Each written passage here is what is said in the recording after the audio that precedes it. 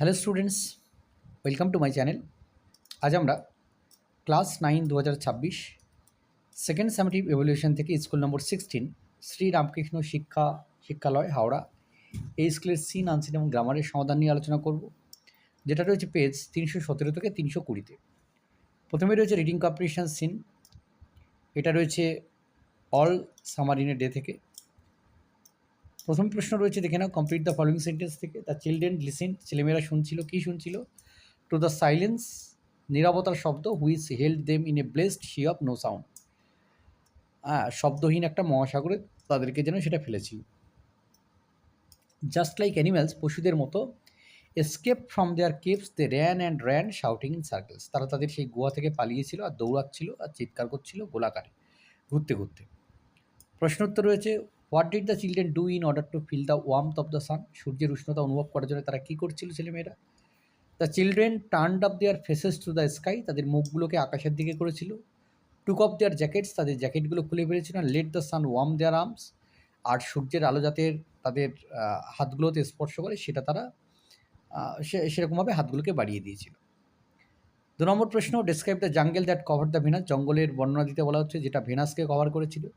The jungle was dense and ever growing, জঙ্গলটা বিরাট বড়, গভীর এবং সেটা বেড়েই চলেছে। And it had spend years without sunlight, দীর্ঘ বছর সূর্যের আলো ছাড়া এটা বেড়ে চলেছে। It was dark in colour, এটা রং কালো, like rubber ash and ink, এর মতো। এবারে হচ্ছে কবিতা, mile the mist on the hill থেকে। প্রথমে এটা হচ্ছে ট্রু ফলস, সঙ্গে সাপোর্টিং স্টেটমেন্ট দিতে হবে। The poet recalls our days of youth, কবিতার যৌবনের কথা মনে করছেন, এটা ট্রু হবে। O I am gone back to the days of youth, I am a child once more. আমি চলে গেলাম আমার যৌবনে এবং আমি আরও একবার একটা শিশু হয়ে গেলাম, বাচ্চা হয়ে গেলাম। Next, the poet has use the adjective like grey and heavy to describe the mist of summer, এটা ফলস হবে। Blue mist sweet mist of summer pall. এবারে হচ্ছে রিডিং কম্পিটিশন আনসিন। প্রশ্নোত্তর আমরা প্রথমে পড়ব। এটা আন্দামানের সেলুলার জেল সম্পর্কে তথ্য রয়েছে, তারপর প্রশ্নোত্তর নিয়ে আলোচনা করব। The cellular jail located on the Andaman and Nicobar island stands as a painful reminders to India's eventful past and unshakeable struggle for independence. Cellular jail যেটা রয়েছে আন্দামান এবং নিকোবর দ্বীপপুঞ্জে, এটা কিন্তু আমাদের ভারতীয়দের কাছে একটা, আমাদের যে সেই ইতিহাস, একটা খুব যন্ত্রণাদায়ক ইতিহাসের সাক্ষী, যেটা কিনা আমাদের ভারতবর্ষের স্বাধীনতার একটা খুব স্ট্রাগলের সংগ্রামের দিকটাকে তুলে ধরে। It was build by the British between 1896 and 1906। ব্রিটিশরা এটা তৈরি করেছিল 1896 থেকে 1906-এর মধ্যে। And is a symbol of India's struggle for independence, এটা কিন্তু ভারতবর্ষের সেই স্বাধীনতা সংগ্রামের একটা প্রতীক হিসেবে রয়েছে। The jail's architecture with its radical design and 694 cells was intended to isolate prisoners, breaking their will and crushing their spirit. এই জেলটা তৈরি হয়েছিল বিশেষ ডিজাইনের মাধ্যমে, যেখানে 694টা ঘর ছিল, সেল ছিল, এবং এখানে কী করতো, বন্দীদেরকে একে অপরের থেকে আলাদা করে রাখা হতো এবং তাদের যে ইচ্ছে শক্তি, তাদের স্পিরিট, সেগুলোকে ভেঙে দেওয়ার জন্য এই সেলগুলো ব্যবহার করা হতো। However within its wall are different narrative unfolded, যদিও এর দেওয়ালে কিন্তু বিভিন্ন রকমের গল্প কিন্তু রয়েছে। Revolutionary leaders like Batukeshwar Dutt, Babarao Savarkar, Shaheed Bhagat Singh endured brutal conditions, force labour and torture. এই সেলগুলোর মধ্যে বটুকেশ্বর দত্ত, বাবারাও সাভারকার, শহীদ ভগৎ সিং, তারা কিন্তু ভীষণভাবে নির্যাতন এখানে সহ্য করেছেন, ভীষণ টর্চার তারা সহ্য করেছেন এবং ভীষণ ব্রুটাল অবস্থায় তারা কিন্তু ছিলেন।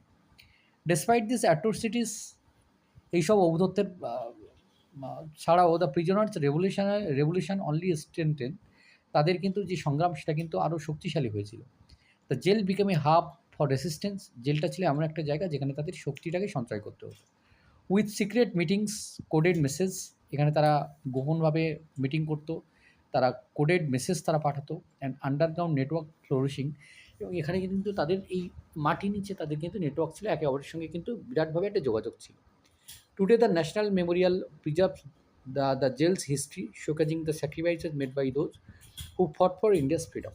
বর্তমানে ন্যাশনাল মেমোরিয়াল এটা কিন্তু এই জেলের ইতিহাসকে সংরক্ষণ করে রেখেছে, যে ভারতবর্ষের স্বাধীনতা সংগ্রামে তাদের যে অবদান, সেই অবদানেরকে সকলকে জানানোর জন্য। তো cellular jail remains an enduring tribute to those who fought, suffered and ultimately triumphed. Cellular jail হচ্ছে এমন একটা প্রতীক যেখানে হচ্ছে মানে ট্রিবিউট তাদের জন্য যারা লড়াই করেছে, যারা কষ্ট পেয়েছে এবং শেষে কিন্তু জয়লাভ করেছে। এটা তাদের শৌর্য শক্তির একটা প্রতীক। তো এই ছিল আন্দামানের সেলুলার জেল সম্পর্কে খুব সুন্দর একটা আনসিন, যেটা আমরা আমাদের অতীত ইতিহাস সম্পর্কে আমরা যা থেকে জানতে পারি। প্রশ্নোত্তরগুলো দেখে নাও। In 1906 the cellular jail was build by the, কারা তৈরি করেছিল? British. 2 number, the cellular jail has 694 cells. এবার হচ্ছে ট্রু ফলস সঙ্গে সাপোর্টিং স্টেটমেন্ট দিতে হবে। In spite of facing cruelties the revolutionaries will power never broke, এটা ট্রু হবে। Despite this atrocities the prisoners resolution only strengthen. 2 number, the national memorial showcases the sacrifices made by Indian freedom fighters, এটা true হবে। Today the national memorial preserves the jail's history showcasing the sacrifices. এরপর হচ্ছে প্রশ্ন উত্তর।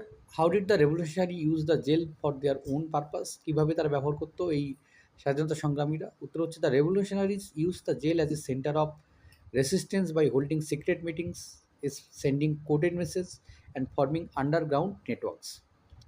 Next হচ্ছে what is the location of the cellular jail, write the significance of the jail, কোথায় এখন রয়েছে এবং তার তাৎপর্য কী? The cellular jail is located in the Andaman and Nicobar island. It is significant as a symbol of India's struggle for independence and sacrifice of freedom fighters. এটা কিন্তু ভারতবর্ষের স্বাধীনতার সংগ্রাম এবং যে স্বাধীনতার সংগ্রামী যারা রয়েছে তাদের অবদানকে, তাদের সেটাকে তুলে ধরে। এবার হচ্ছে গ্রামার অ্যান্ড ভূগোলই দেখে নাও। প্রথমে বলছে the the Eiffel tower is named after the engineer Gustave Eiffel whose company designed and built it from 1887 to 1889। ডুয়াস ডিরেক্টেড রয়েছে। Rai said the moon revolves round the earth, narration change করলে হবে Rai said that the moon revolves round the earth. Next, his father is known to me, voice change করলে হবে I know his father. 3 number, their glory can never fade, interrogative সেন্টেন্সে পরিবর্তন করলে হবে can their glory ever fade. Next, Arjun has won the first prize, I am please to announce it, single sentence মনে রাখতে হবে, join করতে হবে I am please to announce that Arjun has won the first prize. Replace করতে হবে, phrasal ভাব বুঝতে হবে। রিডিউস মানে কমানো, কাট ডাউন। রিফিউজড হলো প্রত্যাখ্যান, টার্ন ডাউন। শব্দগুলো দেখে নাও। টর্মেন্ট হচ্ছে অত্যাচার, টর্চার। সেপারেট মানে আলাদা, আইসোলেট। তো এই ছিল এই পর্বের সমাধান। ধন্যবাদ সকলকে সঙ্গে থাকার জন্য। দেখা হচ্ছে পরে নতুন কোনো ভিডিওতে।